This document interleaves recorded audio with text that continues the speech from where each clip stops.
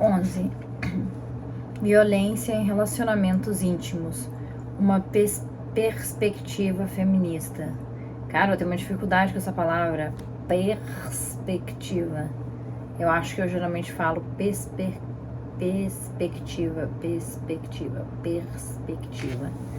Ou eu falo direito, só quando eu leio eu falo errado. Aí vai ficar essa dúvida. Nós estávamos na rodovia, indo de São Francisco para casa. Ele dirigia. Nós discutíamos. Ele me disse repetidas vezes para eu calar a boca. Eu continuei falando. Ele tirou a mão do volante e a jogou para trás, atingindo a minha boca. Minha boca aberta. Jorrou sangue e senti uma dor intensa. Eu não era capaz de dizer mais nada, só de choramingar, soluçando enquanto o sangue escorria nas minhas mãos, no lenço que eu segurava com muita força. Ele não parou o carro, dirigiu para casa. Eu assisti enquanto ele fazia mala. Era um feriado. Ele estava saindo para se divertir. Quando saiu, lavei o ferimento. A mandíbula estava inchada e era difícil abrir a boca. Eu liguei para o dentista no dia seguinte e marquei uma consulta. Quando a voz feminina me perguntou por que eu precisava ser consultada, eu disse que tinha sido atingida na boca. Consciente das questões de raça, sexo e classe, eu imaginava como seria tratada no consultório desse dentista branco. Meu rosto não estava mais inchado, então não havia nada que me identificasse como uma mulher que tinha apanhado, como uma mulher negra com a mandíbula machucada e inchada. Quando o dentista me perguntou o que tinha acontecido com a minha boca, descrevi calma e sucintamente. Ele fez piadinha. Não podemos deixar que façam isso com a gente agora, né? Eu não disse nada. O dano estava consertado. Apesar de tudo, ele falava comigo como se eu fosse uma criança, alguém com quem tivesse que lidar com cautela, ou eu ficaria histérica. Essa é uma maneira como as mulheres que apanham de homens e buscam cuidado médico são vistas. Pessoas dentro da sociedade patriarcal imaginam que mulheres apanham porque somos histéricas, irracionais. O mais frequente é a pessoa que bate ser irracional, histérica, quem perdeu o completo controle das reações e ações. Quando eu era jovem, sempre pensava que jamais permitiria qualquer homem me bater e ainda continuar vivo para contar a história. Eu mataria. Eu tinha visto meu pai bater na minha mãe uma vez e desejei matá-lo. A minha mãe me disse então: "Você é muito jovem para saber, muito jovem para compreender." Sendo mãe em uma cultura que apoia e promove a dominação, uma cultura patriarcal, de supremacia branca, ela não falou como se sentia nem o que queria dizer. Talvez tivesse sido muito difícil para ela falar sobre a confusão de ser atingida por alguém que é íntimo, alguém que você ama. No meu caso, eu fui atingida por meu companheiro no momento da vida em que inúmeras forças do mundo exterior à nossa casa já haviam me agredido, por assim dizer, me feito dolorosamente consciente da minha impotência, da minha marginalidade. Parecia então que eu estava confrontando o fato de ser negra e mulher e sem dinheiro da pior forma possível. O meu mundo estava fora do eixo. Eu já tinha perdido uma sensação de estabilidade e segurança. A memória dessa experiência ficou comigo enquanto cresci como feminista. Conforme pensava profundamente e lia muito sobre violência masculina contra mulheres, sobre violência de adultos contra crianças. Neste ensaio, não pretendo concentrar atenção somente no abuso físico masculino sobre mulheres. É crucial que feministas chamem a atenção para o abuso físico em todas as formas. Eu quero discutir em especial sobre ser abusado fisicamente em incidentes singulares por alguém que você ama. Poucas pessoas agredidas por alguém que amam respondem da mesma forma que responderiam a um ataque físico feito por um estranho. Muitas crianças criadas em lares onde apanhar foi a resposta comum dada pelos primeiros cuidadores, reagem de forma ambivalente à violência física quando adultas. especialmente se são agredidas por quem cuida delas e por pessoas de quem gostam. Frequentemente, mães usam de violência física como modo de controle. É necessária uma pesquisa feminista constante sobre tal violência. Alice Miller tem feito um trabalho esclarecedor sobre o impacto da agressão, embora ela seja, em alguns momentos, antifeminista em sua perspectiva. Em seus trabalhos, mães são muitas vezes culpabilizadas, como se sua responsabilidade fosse maior do que a dos pais. Discussões feministas sobre a violência contra as mulheres deveriam ser expandidas a fim de reconhecer as maneiras pelas quais as mulheres usam força física abusiva em crianças, não só para desafiar as preconcepções de que mulheres têm mais propensão a ser não violentas, mas também para aumentar o nosso entendimento de por que crianças que apanham durante o crescimento são frequentemente agredidas quando adultas ou agridem outras pessoas. Recentemente, comecei uma conversa com um grupo de adultos negros sobre bater em crianças. Eles todos concordaram que bater era às vezes necessário. Um profissional negro no ambiente familiar do sul dos Estados Unidos comentou sobre a forma como punia suas duas filhas. Pondo-as sentadas, primeiro as interrogava sobre a situação e a circunstância pela qual elas estavam sendo punidas. Ele dizia com grande orgulho: "Eu quero que elas sejam completamente capazes de entender por que estão sendo punidas." Eu respondi dizendo: "Elas provavelmente vão se tornar mulheres a quem a pessoa amada vai atacar usando o mesmo procedimento que você, que as ama, tão bem usou, e elas não saberão como responder."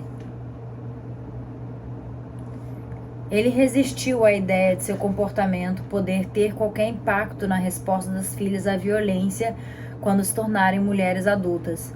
Eu apontei casos e casos de mulheres em relacionamentos íntimos com homens, e às vezes com outras mulheres, sujeitas às mesmas formas de interrogatório e punição experimentadas na infância, que aceitavam que seus companheiros amorosos assumissem um papel abusivo e autoritário.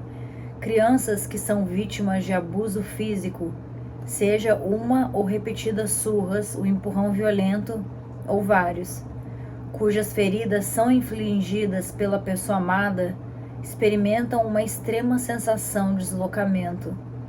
O mundo que mais se conhece, onde a pessoa se sente relativamente protegida e segura, colapsa.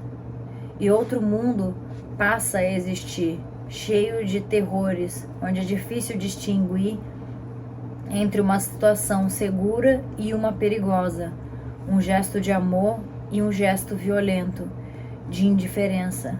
Há um sentimento de vulnerabilidade, de exposição que nunca vai embora, que espreita sob a superfície. Eu sei, eu era uma dessas crianças. Adultos que apanham de pessoas que amam geralmente experimentam sensações similares de deslocamento, perda e horrores recém-descobertos. Muitas crianças que apanham nunca souberam como é ser cuidado e amado sem agressão física ou dor abusiva. Agredir é uma prática tão disseminada que qualquer um de nós tem sorte se nunca experimentou isso na vida. Um aspecto não discutido da realidade de crianças agredidas quando se veem já adultas em circunstâncias parecidas é que frequentemente compartilhamos com amigos e amores a estrutura de nossas dores da infância. Isso pode determinar como nos respondem em situações de dificuldade. Compartilhamos as formas como somos feridos e expomos áreas vulneráveis. Muitas vezes, essas revelações fornecem um modelo detalhado para pessoas que desejam nos machucar ou ferir. Enquanto a literatura sobre abuso físico frequentemente aponta para o fato de crianças violentadas estarem mais propensas a se tornar abusadoras ou a ser abusadas, não se dá nenhuma atenção ao fato de que, ao compartilhar determinadas feridas, deixamos outras pessoas íntimas saberem exatamente o que pode ser feito para nos machucar, para nos fazer sentir que estamos presos em padrões destrutivos contra os quais temos lutado. Quando parceiros criam cenários de abuso similar, se não exatamente iguais àqueles que experimentamos na infância, a pessoa ferida é machucada não somente pela dor física, mas também pelo sentimento de traição calculada. Traição. Quando somos fisicamente feridos por quem amamos, nós nos sentimos traídos. Não mais confiamos que o cuidado pode ser sustentado. Somos machucados, danificados, feridos em nossos corações. Trabalhos feministas que chamam atenção para a violência masculina contra mulheres têm ajudado a criar um clima em que as questões de abuso físico praticado por quem se ama podem ser livremente abordadas, especialmente sobre abuso sexual dentro do ambiente familiar. A exploração do tema da violência masculina contra mulheres por feministas e não feministas demonstra a ligação entre a experiência da infância de ser agredido por pessoas que se ama e a ocorrência da violência posterior nos relacionamentos adultos. Enquanto há muito material disponível discutindo o abuso físico de mulheres por homens, geralmente abuso físico extremo, não há muita discussão sobre o impacto que um incidente de agressão pode ter em uma pessoa num relacionamento íntimo, ou como a pessoa agredida se recupera daquela experiência. Cada vez mais, na discussão com mulheres sobre abuso físico em relacionamentos, independentemente de orientação sexual, percebo que a maioria de nós já teve a experiência de ser agredido violentamente pelo menos uma vez. Há pouca discussão sobre como somos destruídas por tais experiências, especialmente se somos agredidas quando crianças, sobre como lidar e se recuperar da ferida.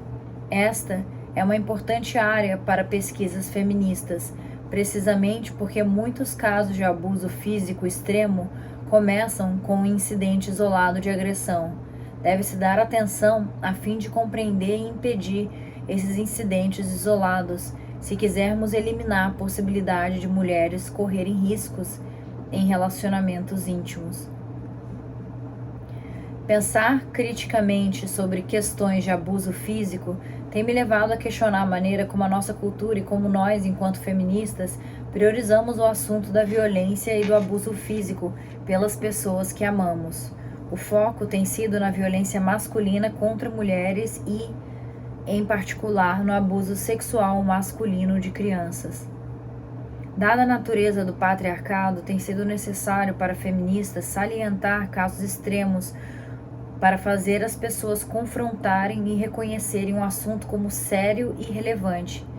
Infelizmente, um foco exclusivo em casos extremos pode nos levar e nos leva a ignorar os mais frequentes, mais comuns, mesmo se tratando de casos menos extremos de agressão eventual. Mulheres são menos propensas a reconhecer a agressão eventual por medo de serem vistas como alguém que aceita um relacionamento ruim ou cuja vida está fora de controle. Atualmente, a literatura sobre violência masculina contra mulheres identifica a mulher fisicamente violentada como uma mulher agredida, ao mesmo tempo que tem sido importante ter uma terminologia acessível para atrair atenção para a questão da violência masculina contra mulheres. Os termos usados refletem parcialidade, porque chamam a atenção para um só tipo de violência em relacionamentos íntimos. O termo mulher agredida é problemático. Não é um termo que surge do trabalho feminista sobre violência masculina contra mulheres. Ele já era utilizado por psicólogos e sociólogos na literatura sobre violência doméstica. O rótulo mulher agredida enfatiza as agressões físicas contínuas, recorrentes e constantes, a violência extrema, com pouco esforço para conectar esses casos à aceitação cotidiana de abusos físicos que não sejam extremos e que podem não ser recorrentes dentro de relacionamentos íntimos.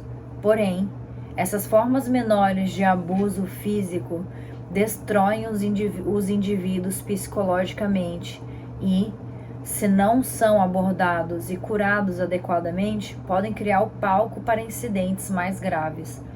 Mais importante ainda, o termo mulher agredida é usado como se continuasse uma categoria, como se constituísse uma categoria isolada de mulheres, como se fosse uma identidade, uma marca que põe alguém à parte, em vez de ser simplesmente um termo descritivo. É como se a experiência de ser agredida, violentada e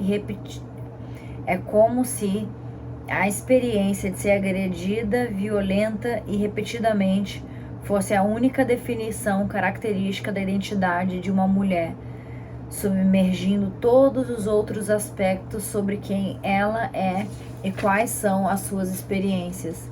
Quando eu fui agredida, também usei expressões populares como agressor e mulher agredida, muito embora não sentisse que essas palavras descrevessem adequadamente o caso de ter sido agredida uma única vez. Entretanto, estes foram os termos que as pessoas viram como importantes, significativos, como se não fosse realmente significativo para um indivíduo, mais ainda para uma mulher ser agredida uma vez.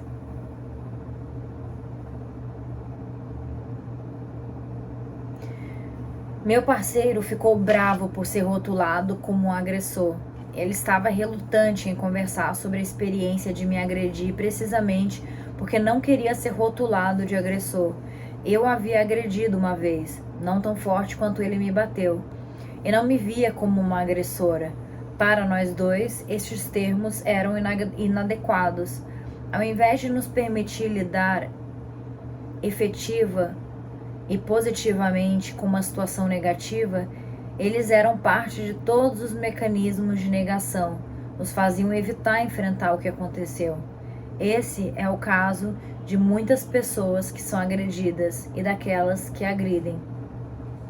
Mulheres agredidas por homem uma vez em suas vidas e mulheres agredidas repetidamente não querem ser colocadas na categoria de mulheres agredidas, pois é um rótulo que parece abalar a nossa dignidade e negar a existência de qualquer integridade em nossos relacionamentos.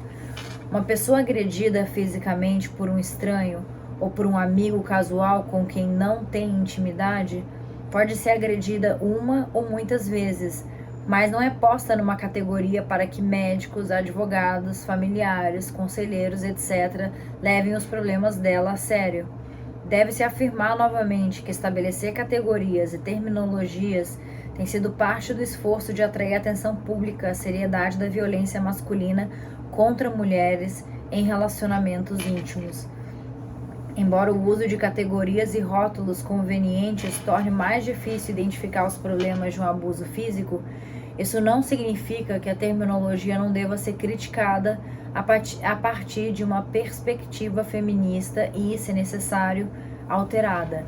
Recentemente, tive a experiência de dar assistência a uma mulher que havia sido brutalmente atacada por seu marido. Ela nunca comentou se aquele era o primeiro incidente, o que me fez refletir de novo sobre o uso do termo mulher agredida. Essa jovem mulher não estava envolvida com o pensamento feminista ou consciente sobre mulher agredida ser uma categoria. O seu marido tinha tentado estrangulá-la até a morte. Ela conseguiu escapar só com as roupas do corpo. Depois de se recuperar do trauma, considerou voltar para o relacionamento. Como uma mulher frequentadora da igreja, ela acreditava que os votos de seu casamento eram sagrados e que deveria tentar fazer o relacionamento funcionar. No esforço de compartilhar o meu sentimento de que isso a poderia expor a um risco maior, trouxe para ela o livro The Battered Women. Não sei se essa pronúncia está certa. As Mulheres Agredidas, de Lenore Walker. Pois, para mim, parecia haver muita coisa que ela não revelava. Parecia que se sentia sozinha. As experiências sobre as quais leria no livro talvez pudessem mostrar-lhe que outras mulheres haviam passado pelo que ela estava passando. Eu esperava que o livro desse a ela coragem para confrontar a realidade da situação, Porém, tive dificuldade de compartilhar, pois podia ver que a autoestima dela já havia sido bastante atacada, que ela tinha percebido o senso de sua importância, que ela tinha perdido o senso de sua importância e de seu valor, e que possivelmente essa categorização de sua identidade aumentaria o sentimento de que deveria esquecer, ficar em silêncio. Com certeza, voltar a uma situação na qual se está mais propenso a ser abusado é uma forma de mascarar a severidade do problema. Mas eu tinha que tentar. A primeira vez que dei o livro a ela desapareceu. Um familiar não identificado, ele desapareceu. Um familiar não identificado o jogou fora. Eles sentiram que ela poderia cometer um terrível erro se começasse a se ver como uma vítima absoluta. Como o título do livro, Mulher Agredida, segundo eles, sugeria. Eu enfatizei que ela deveria ignorar os rótulos e ler o conteúdo. Eu acreditava que a experiência compartilhada nesse livro daria a ela coragem para ser crítica em relação à sua situação, a tomar uma atitude construtiva. A resposta dela ao rótulo Mulher Agredida, bem como as respostas de outras mulheres que têm sido vítimas de violência em relacionamentos íntimos, levou-me a explorar mais criticamente o uso desse termo. Em conversas com muitas mulheres, percebi que era visto como um rótulo que estigmatizava, que mulheres vitimadas, buscando ajuda, sentiam-se sem nenhuma condição de criticá-lo. Como em quem se importa como alguém está chamando isso? Eu só quero acabar com essa dor. Na sociedade patriarcal, mulheres vitimadas por violência masculina têm que pagar um preço por quebrar o silêncio e nomear o problema. Elas têm sido vistas como mulheres caídas que falharam no seu papel feminino de sensibilizar e civilizar a besta no homem. Uma categoria como mulher agredida arrisca reforçar essa noção de que a mulher machucada, não somente a vítima de estupro, torna-se em pária social, escanteada, marcada para sempre por essa experiência. Uma distinção deve ser feita entre uma terminologia que permita às mulheres e a todas as vítimas de atos violentos nomear o problema e categorias de classificação que possam inibir essa nomeação. Quando somos feridos, nós estamos de fato assustados, frequentemente machucados de maneiras que nos diferenciam daqueles que não experimentaram ferimento similar. Mas um aspecto essencial do processo de recuperação é a cura da ferida, a remoção da cicatriz. Esse processo é empoderador e não deveria ser desprezado pelos rótulos que implicam a experiência de ferimento como o aspecto mais significativo da identidade. Como já afirmei, a ênfase excessiva em casos extremos de abuso violento pode nos levar a ignorar o problema da agressão eventual e tornar difícil para mulheres conversarem sobre o problema. Uma questão crítica, não completamente examinada, nem descrita em grandes detalhes por pesquisadores que estudam e trabalham com vítimas, é o processo de recuperação. Há uma escassez de material discutindo o processo de recuperação de indivíduos que foram abusados fisicamente. Naqueles casos em que o indivíduo é agredido somente uma vez num relacionamento íntimo, embora violentamente, é possível que não se reconheça todo o impacto negativo dessa experiência. É possível não haver nenhuma tentativa consciente por parte da pessoa vitimada em trabalhar para restaurar o seu bem-estar, mesmo se ele ou ela procura ajuda terapêutica, pois um incidente único pode não ser visto como sério ou danoso. Sozinha e isolada, a pessoa agredida pode lutar para reconquistar a confiança perdida, forjar alguma estratégia de recuperação. Indivíduos são muitas vezes capazes de processar racionalmente uma experiência de ser agredido que pode não ser processada emocionalmente. Muitas mulheres com quem conversei sentiam que, mesmo muito tempo depois do incidente ser esquecido, seus corpos continuavam apreensivos. Instintivamente, a pessoa agredida pode responder com temor a qualquer movimento corporal por parte da pessoa amada que seja similar à postura usada quando a dor foi infligida. Ser agredida por um parceiro uma única vez pode diminuir para sempre os relacionamentos sexuais se não houver nenhum processo de recuperação. Repito, há muitos escritos sobre como as pessoas se recuperam fisicamente em suas sexualidades quando continuam sendo parceiros sexuais daqueles que as machucaram. Na maioria dos casos, relacionamentos sexuais são drasticamente alterados após a agressão. Cara, eu não sei agora se eu li se há muitos ou se há poucos, mas há poucos escritos sobre como recuperar o interesse sexual por quem te machucou. O campo sexual pode ser um espaço em que a pessoa agredida experimenta repetidamente a sensação de vulnerabilidade, despertando inclusive o medo. Isso conduz a uma tentativa de evitar o sexo ou a um retraimento sexual despercebido, do qual a pessoa participa, mas é passiva. As mulheres agredidas por seus amados com quem conversei descrevem o sexo como um suplício, o único espaço onde confrontam sua incapacidade de confiar num parceiro que quebrou a confiança. Uma mulher enfatizou que ser agredida era uma violação do seu espaço corporal.